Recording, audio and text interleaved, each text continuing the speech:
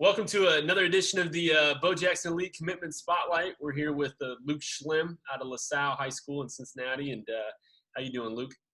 I'm doing good. How about you? Doing well, man. Doing well. Thanks for jumping on here. So, I want to kind of go through a couple of things with your recruiting process and just your career in baseball up to this point. Left-handed pitcher, recently committed to Ohio State University, and talk to us a little bit. Most lefties, they find their way on the mound pretty early in their career. Were you always a pitcher, or what was that like as a youth player? Yeah. Yeah. Actually, I started out like when I was still playing like rec ball and everything. Like they'd put me at third base a lot because I could like get it across the diamond on the line and everything. But I mean, hitting was never my thing. I haven't had an actual at bat since like July of 2018. So I've known for a while that I'd be ending up on the mound, and honestly, that's how I wanted it to be. Like once I started just pitching, like honestly, I was happy about it. That's awesome. Yeah. So, what age was it where you were like, pitching is my thing. This is my jam. I'm gonna really sell out on being a pitcher. Do you remember what age that was when that light bulb went off? Probably. I always kind of had it in the back of my mind, but I think probably around like 11 or 12 U is when I realized like that's definitely the route that I'm gonna go.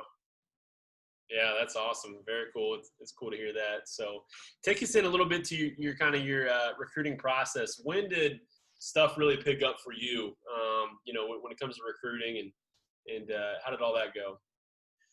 So actually, mine started pretty early. Like I played. I was able to play on varsity my freshman year, and I'm teammates with Devin Taylor. So having him on the varsity team as well helped a lot because I mean there was schools at our games from like the first game of the season. So I mean I started talking to some schools pretty early on in my freshman year, but I ended up getting hurt halfway through my freshman season.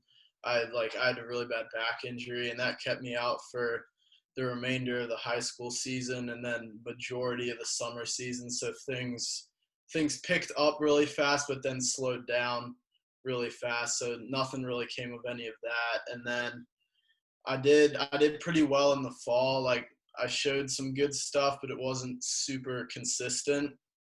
So I mean, I got a little bit of interest from some schools, but not a ton. But then like during the winter was when stuff really started picking up. Both my fall coach Kurt Hutter and Coach Schaefer, obviously, like they were seeing like the progress I made and stuff, and so like even during the off season before like any showcases or anything, like I started like having more phone conversations and all that, and then it really blew up after after my performance at the preseason All State, and then that following weekend I did one of Perfect Games indoor showcases, and that that was when like things really took off. Like that's when I got like the junior national invite, and I jumped up in the rankings a lot on PBR and stuff. So that all helped a lot. And then obviously the virus hit, so Yeah. it was a lot of phone calls, but not like a lot of decisions being made because like everyone was just waiting to come out and see me. So like that kind of just put everything on hold. No schools like lost interest or anything. It was just kind of like sitting and waiting around.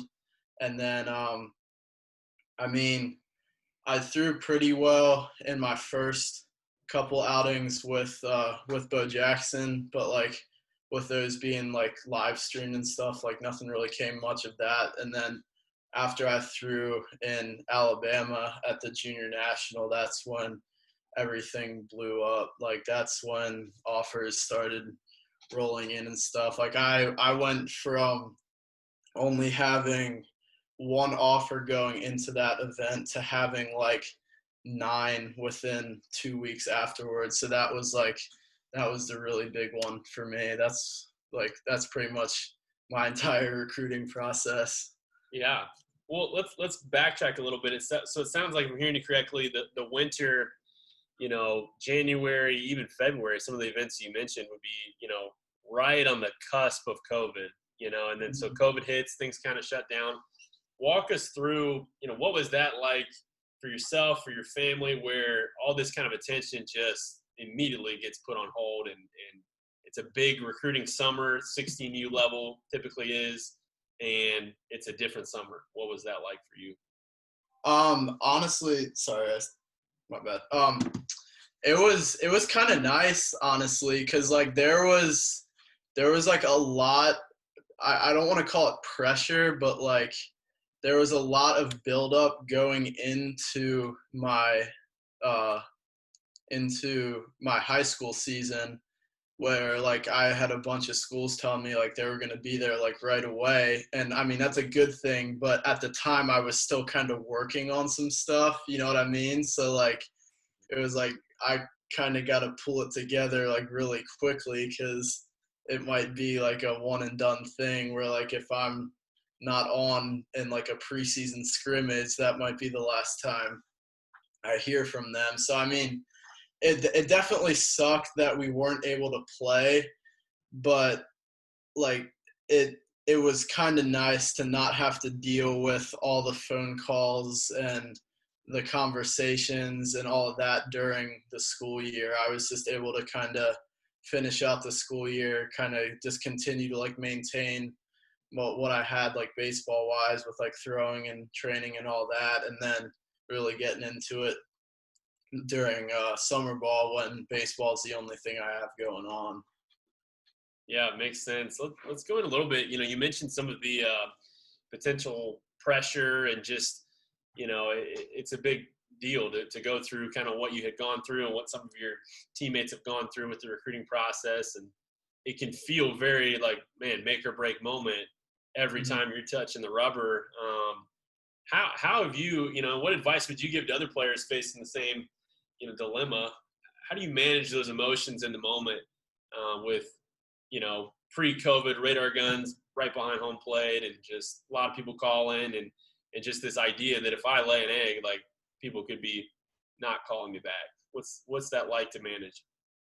I mean, for me, I'm not sure how it's for other people, but like it's all about like the preparation. Like I know like if I know what I've done in the off season, like I know all of that stuff. As long as I get through like what I need to with like my warm up and my stretching and everything else, like if I can get through that like super smooth, everything else will fall into place. Like so a lot of it happens for me before I'm even get on the mound. Like once you're on the mound, whatever happens is going to happen. It's what you do beforehand to like influence that's gonna really be like the make or break. Man, that is an awesome perspective, just on preparation, and controlling what you can control is a way to kind of sum up what you said. That's such good stuff. Let's switch gears a little bit, and talk to us about, you were on, the Bo Jackson Lee 2022 team with Coach Tom Schaefer. Talk to us a little bit about Coach Schaefer. He's done a great job pushing and helping develop players and get them connected. And, what's it been like to play for BJE and Coach Schaefer? I mean, it's been awesome. I mean, he's been probably the biggest help for me with recruiting, just like talking to coaches on my behalf and everything. And like, I mean, he's an awesome coach on the field and everything, but then all the stuff that he does behind the scenes, like not only for me, but for every single player on the team, like I think that kind of goes like underappreciated. So, I mean, he's very, very good at what he does. So good. Yeah, you're spot on, man. Talk to us about that team. So, that BJE 2022 team has yourself, Landon Price, another future Ohio State Buckeye, and then Luke Krause, a Bowling Green Falcon. You get three Division I lefties. What was that like? Were you guys sharing ideas out in the pen, or you guys sharpening each other? And talk to us a little bit about what that experience was like. I mean, that was awesome. That was one of the big things I was looking forward to. Like when I joined the team, was we were gonna have three of the four best lefties in the state. And I mean, I think there was only one game where Landon and I were thrown in the same game, and that was awesome. I mean, we only gave up like 2 or 3 hits combined, and that was a great experience. I wish I had a little bit more time with Luke, because I spent like a lot of time with him down in the bullpen at the beginning of the year when we were doing like more of the local stuff. But when we were down in Georgia, we had to like kind of bring some more guys on, because like not a lot of our guys, or a couple of our guys, weren't able to make it. So there was like a month and a half span where I really didn't see him. But then I was able to hang out with him for the last couple games of the season, and that was a great experience. He's a really good guy. But both him and Landon, I really enjoyed being around. Yeah, that's awesome. You know, Luke and I kind of shared a moment because I'm a lefty as well, so I got a soft spot in my heart for lefty pitchers, and it was fun seeing you three kind of go at it this summer, and it's good stuff for sure. So let's switch gears a little bit to kind of the Ohio State experience and process there. And you know, when was the first time you talked to someone from that staff, and what was the first impression like with whoever you were talking with? I think the first person I talked to was Coach Beals, because I threw there last fall when I was with the Giant Scout team, and their coaching staff was kind of like all over the place. Like they were recruiting at some other tournaments and stuff. So I mean, like I threw there, but like no one was really there to like watch me. I think Coach Angle was able to watch me, but like I hadn't been able to meet like Coach DeLucia or Coach Beals. But then Coach Schaefer was telling me like, you really got to go to their camp in January. So I went to that, and that's when like Coach Beals introduced himself, and then I got to talk to him and Coach DeLucia and Coach Goldberg, and it was, I mean, they're all really nice guys. I mean, I felt like very welcomed, and it seemed like they were like excited to have me there and everything. That's awesome. Yeah, definitely. So going a little bit, what are some of the things that really excite you about going to Ohio State? And one, talk a little bit about they have a unique setup. Coach DeLucia is handling pitching and does a phenomenal job, but they have a director of pitching development with Brad Goldberg as well. That's a pretty unique thing. And what in that excites you, and then talk a little bit about some other stuff that excites you. Yeah, I mean, definitely basically having two pitching coaches, that's something big. Like that means it's like a lot more hands-on learning with either one of them. And just like, I mean, a lot of the stuff that they're doing there is stuff that I'm already doing right now. So that'll make for like a smoother transition. And then also I'll be able to play there with three of my current teammates, with Landon, Cole, and Matt being a catcher. Like that's huge, like going in there with like him already knowing me and having caught me for, by then it'll be like 2 years. So I mean, that's definitely something I'm looking forward to. Yeah, that's awesome. Yeah, and you guys, the three of you, and who knows if more on your team join, but you're going to be joining a huge contingent of BJE players that are already at Ohio State through multiple classes, which is going to be fun to follow in the future. But that's going to be great being able to throw to Graveline and have some familiarity there for sure. So talk to us a little bit. You have a unique experience, and you've done the whole gamut of high level summer baseball, highly competitive high school baseball team, perfect game national showcases, and you've had your phone ringing off the hook. You had it, the ebb and flow of silence and a lot of attention. And what kind of advice would you give someone, going through this now or heading into this in the next few years? And, take us back, if you could talk to an 8th grade Luke Schlimm, knowing what you know now, what advice would you give him for how to handle the process? I'd say definitely like you got to focus on development. Like you don't want to showcase yourself too early, because like if you do that, then you can almost like de-showcase yourself. Like you got to make sure that you have something to show before you try and go out and do it. And I think that's one of the things that I'm not even necessarily sure if I did it on purpose, but like it's one of the things that I did well is like I really didn't go to any PBR perfect game things or anything like that other than like just like playing in tournaments. Like I didn't go to any of their showcases or anything until I was like a mid-80s lefty. And when you do that, like that, it's a lot easier to get like the spotlight and stuff like that instead of going to like 5 or 6 of them and then like maybe once or twice like showing something good. So it's definitely, if you focus on development and just like the constant pursuit of trying to get better like every single year, like it's gonna happen. Like you don't necessarily have to force it, and the better off you are. Like if it's much better to kind of start with that mindset like going into high school or like starting in middle school than like being a rising sophomore or junior and then just realizing that, you know, like maybe it's not a good idea to play in the fall or something like that. Maybe I need to go train or like develop at least one tool that can like that you can use at the college level. Mm-hmm. Man, that is some amazing advice there, and I love asking kind of high performers this in any sport, and I'd love to hear your take on it. Do you feel like you enjoy training as much as you do competing? And if Yeah.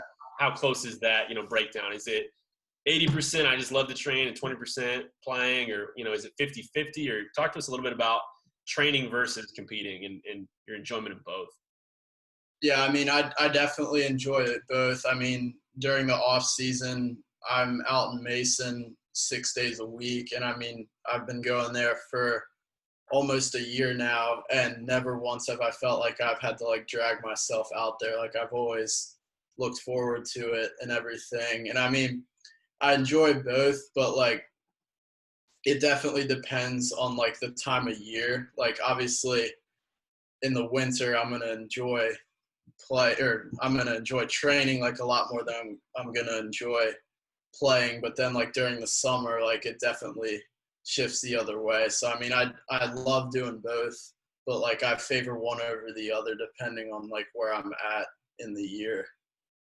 Man, that's a great look into your process there, and yeah, I'm excited to continue to follow your career, and if you can keep that love for training burning and cultivated, then it's going to be a pretty special next few years for your playing career, both finishing out in high school and then heading to Ohio State and stuff beyond that. So thanks so much for jumping on, man, and it's been great to pick your brain, and we are so pumped for you and your commitment to OSU. So thank you. Thank you for having me. I really appreciate it.